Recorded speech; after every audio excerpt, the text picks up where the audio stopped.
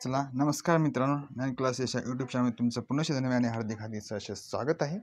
तर आजचा टॉपिक अतिशय महत्त्वाचा आहे, ते म्हणजे RRB। Okay, railway recruitment board रेल्वेची परीक्षा या ठिकाणी होणार आहे 2024-25 मध्ये। लेखी परीक्षा या ठिकाणी अभ्यासक्रम आज पाहणार आहोत। अभ्यासक्रम कोणता येतो अतिशय महत्त्वाचा आहे की कोणती जर आपल्याला एखादी सुरुवात करायची असेल किंवा कोणती एखादी परीक्षा द्यायची असेल, त्यासाठी महत्त्वपूर्ण आपला त्या मैदानामध्ये उतरण्यासाठी अभ्यासाची गरज असते। बरेच विद्यार्थी भरत असतात ते स्पर्धा परीक्षांचे फॉर्म, परंतु त्यांचा अभ्यासांची निवड माहीत नसते, त्याच्यामुळे त्यांचा अभ्यास कोणता करावा हे नेमकं त्यांना माहीत नसतो। त्याच या व्हिडिओच्या माध्यमातून आपल्याला शिकायचं आहे की अभ्यासक्रम या ठिकाणी शिकणार आहोत CBTचा। ओके, आता अभ्यासक्रम म्हणजे CBT म्हणजे नेमकं आहे काय?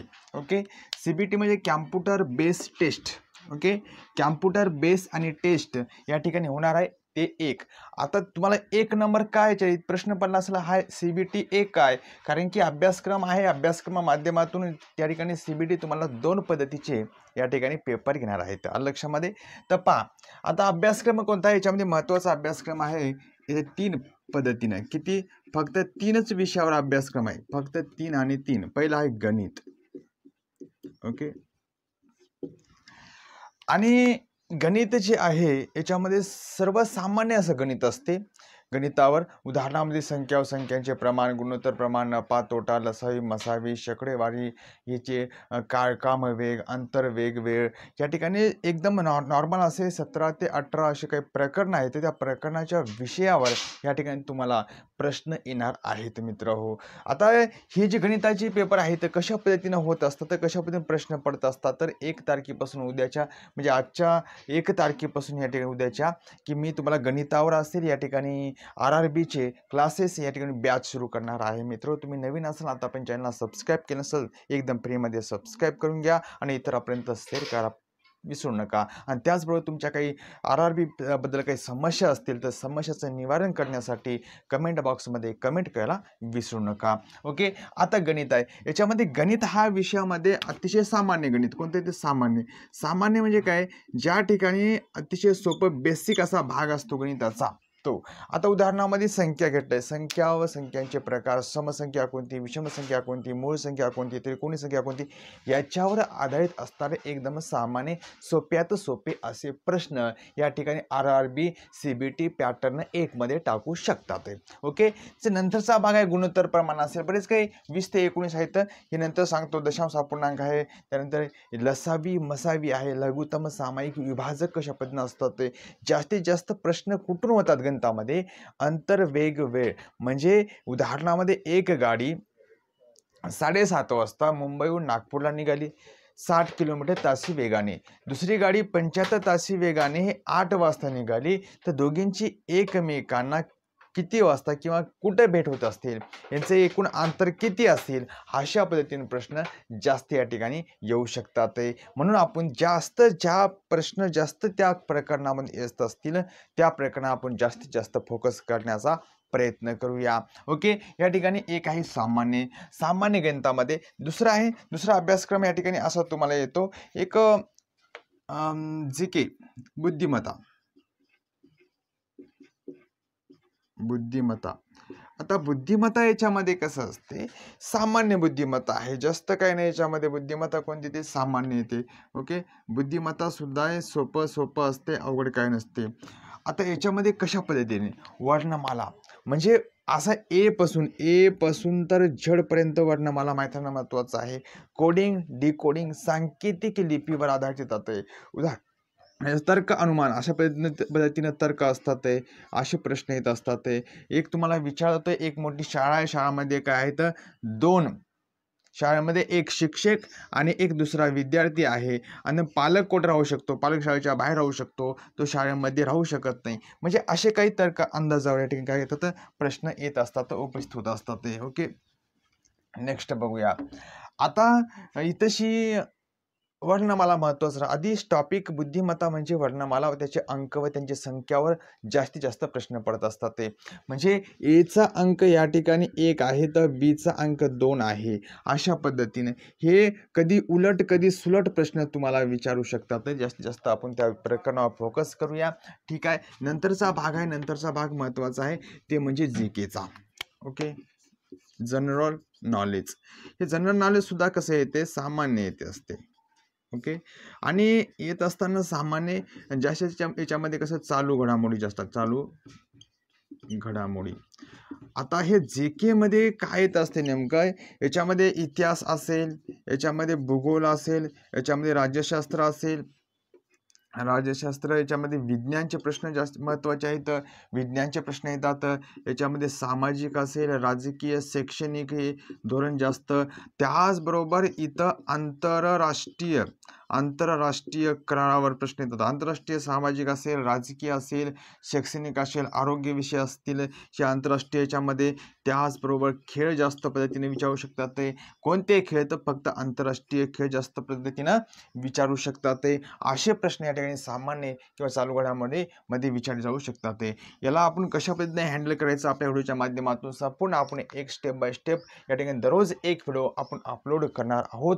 तुम्ही फक्त टचमध्ये राहणं अपेक्षित आहे. लक्षामध्ये अशा पद्धतीनं आपण फक्त 3 टॉपिकवर फक्त 3 टॉपिकवर चर्चा होणार आहे. 3 टॉपिकवर आपल्या या ठिकाणी करणार आहे. CBT पॅटर्ननुसार पहिला तुमचा पेपर असणार आहे. आता या ठिकाणी महत्त्वाचं काय आहे, महत्त्वाचं असं आहे की सामान्य आहे बाबा, सामान्य गणित आहे, बुद्धिमत्ता सामान्य आहे आणि जीके सुद्धा सामान्य आहे.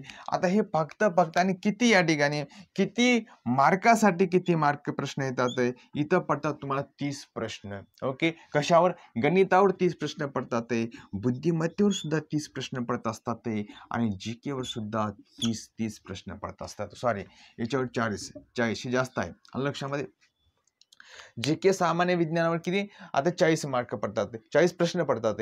आता 30 प्रश्न 40 प्रश्न व्हायला किती प्रश्न, या ठिकाणी 100 प्रश्न. समजलं का तुम्हाला, समजलं ना, 100 काय होत आहे, 100 प्रश्न. लक्ष द्या, 100 प्रश्न होत आहेत. 100 प्रश्न, किती विषय, 3 विषय, प्रश्न किती, 100. आता गुण महत्वाचे आहेत, गुण आहेत 30 गुण, याला 30 गुण, याला 40 गुण, किती, हे 100 काय व्हायले, गुण व्हायले. समजात महत्वाचं झालं आता गुण. ओके, आता तुम्हाला प्रश्न किती येतात समजले, गुण किती पडाले समजले, पण टायमिंग किती आहे, याला आहे टायमिंग 90 मिनिट. लक्षामध्ये 90 मिनिट. आता 90 मिनिटामध्ये तुम्हाला 100 प्रश्न आणि 100 गुण कशा पद्धतीने घ्यायचं हे तुमच्यावर अवलंबून आहे.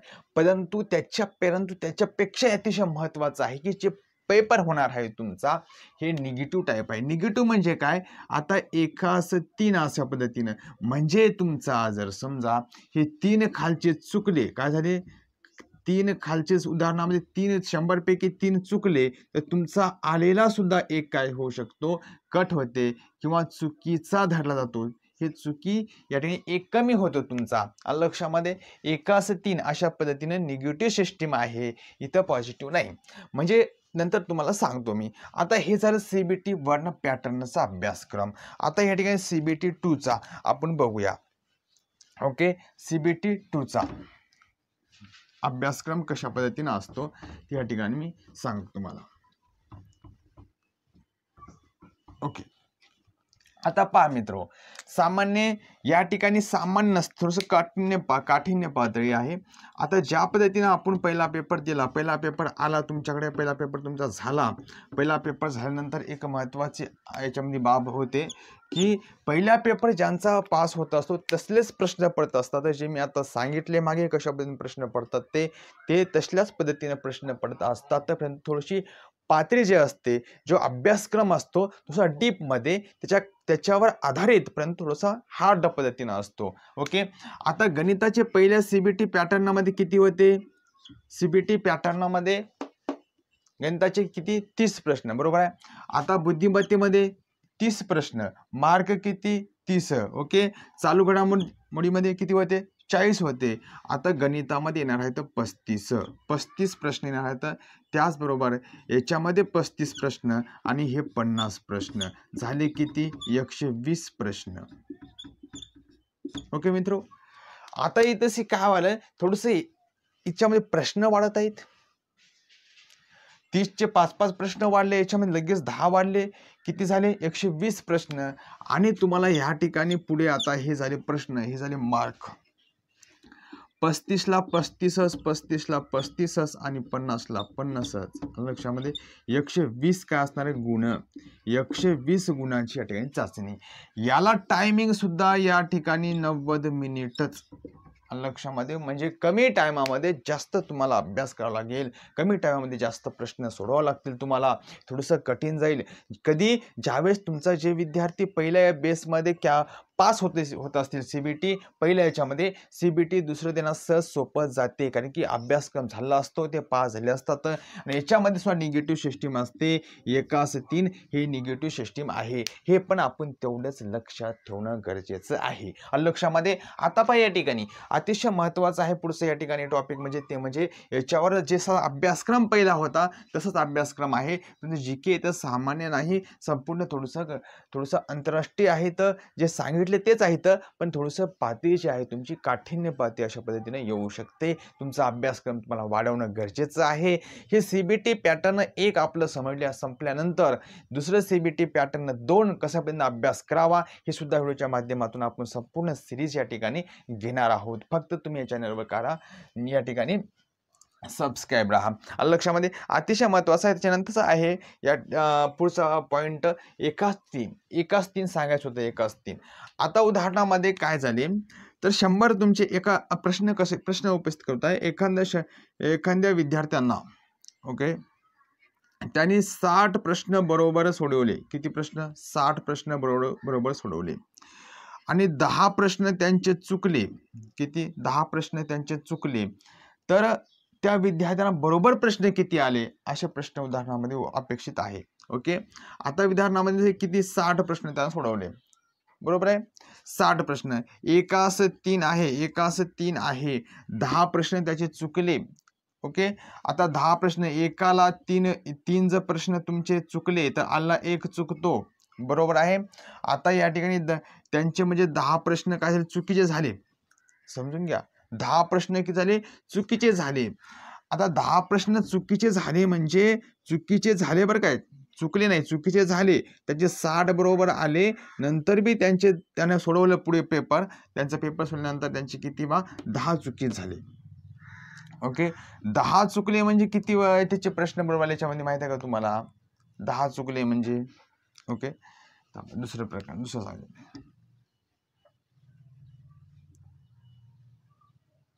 ओके, आता 1-3. ओके, 1-3. आता 1-3 म्हणजे कसं, एखाद्याचे समजा 30 चुकीचे आले म्हणजे 10 त्यांनी काय केले होते चुकीचे सोडवले. बरोबर आहे. त्यांचे 10 म्हणजे या ठिकाणी 10 चुकले, 10 प्रश्न त्यांचे चूक झाले तर त्यांचे किती या ठिकाणी म्हणजे या ठिकाणी 1-3 म्हणजे या ठिकाणी 10-30 अशा पद्धतीने. ओके, म्हणजे त्यांचे 30 प्रश्न चुकले तर म्हणजे आलेले सुद्धा 10 काय चुकतात. ते सोपं सांगतो. 30 चुकले म्हणजे आले 10 चुकले म्हणजे एकास किती व्हायले 3 व्हायले. समजलं ना? ओके, हा 0 कटला, हा 0 कटला. त्याच पद्धतीने आहे या ठिकाणी पेपर 1-3 याचा अर्थ होते निगेटिव्ह सिस्टीम. म्हणजे तुम्ही या ठिकाणी 100 बरोबर या ठिकाणी तुम्ही का सोडवले, 100 ओके केले, CBT पॅटर्ननुसार 100 ओके केले. परंतु त्याच्यामध्ये काय झाले या ठिकाणी तुमचे की नाही 30 काय झाले चुकले. 30 काय झाले लक्षात घ्या, 30 तुमचे काय झाले चुकले. म्हणजे तुमचे आलेले पैकी किती 10 चुकले. म्हणजे तुम्ही ह्या ठिकाणी 30 वेळेस चुका केल्या तर आलेले 10 चुकले. म्हणजे तुमचे किती चुकले हो 40 चुकले. 40 काय झाले 40 बाद झाले. म्हणजे तुम्हाला पडले किती 60 मार्क. आणि लक्षामध्ये 60 प्रश्न तुमचे बरोबर आले. कितीपैकी 100 पैकी. अशा पद्धतीने या ठिकाणी निगेटिव्ह सिस्टीम असते मित्र हो. नंतरचं पाहूया. आता थोडंसं हा भाग आपण थोडा वेगळा करूया. आता तुम्हाला CBT 1 CBT 2 समजेल ना. आता जागा किती आहेत अभ्यासक्रमासाठी लेखी. आता जागा बघूया 11,558 जागा आहेत. बरोबर आहे भारतामध्ये. आपल्याला भारतामध्ये काय आता काय हरकत नाही.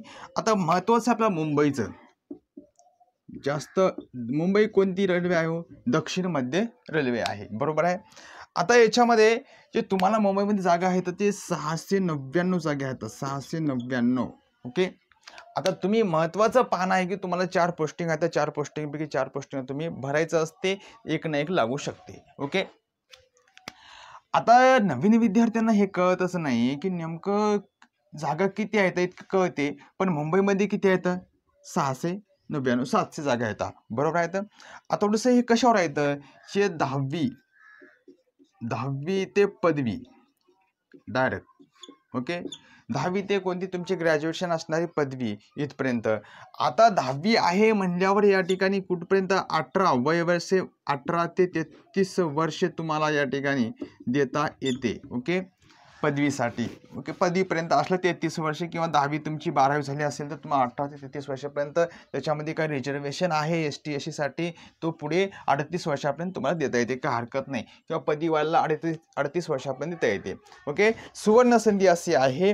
नंतर इथे महत्त्वाचं आहे की आता आपण बघितलं CBT पॅटर्न 1 बघितला, त्याचबरोबर आपण CBT पॅटर्न 2 सुद्धा पाहिलं, बरोबर आहे मित्र. पाय या ठिकाणी ज्यावेळेस CBT पॅटर्न 1 झाल्यानंतर तुमचे जे आहे ते तुम्ही जे फॉर्म भरल्यानंतर तुमचे 400 रुपये या ठिकाणी रिफंड म्हणून या ठिकाणी वापस येत असतात. कधी? ज्यावेळेस ओपन असेल, ओपनसाठी असेल किंवा इतरांसाठी असेल तर 500 रुपये या ठिकाणी फीस आहे, परंतु ST साठी आणि SC साठी त्याचबरोबर महिलासाठी, फक्त महिला कोणी असू द्या, महिला ते कोणी असू द्या, 250 रुपये या ठिकाणी फीस आहे. नंतर त्यांना पैसे वापस येत असतात. ते CBT पॅटर्न 1 कधी आहे? नोव्हेंबर 2024 मध्ये या ठिकाणी आहे. ओके. तर अशा पद्धतीनं 2024 मध्ये एक पेपर, 2025 मध्ये एक पेपर होणार आहे. तर CBT पॅटर्न 1, CBT पॅटर्न 2 अशा पद्धतीनं. ठीक आहे.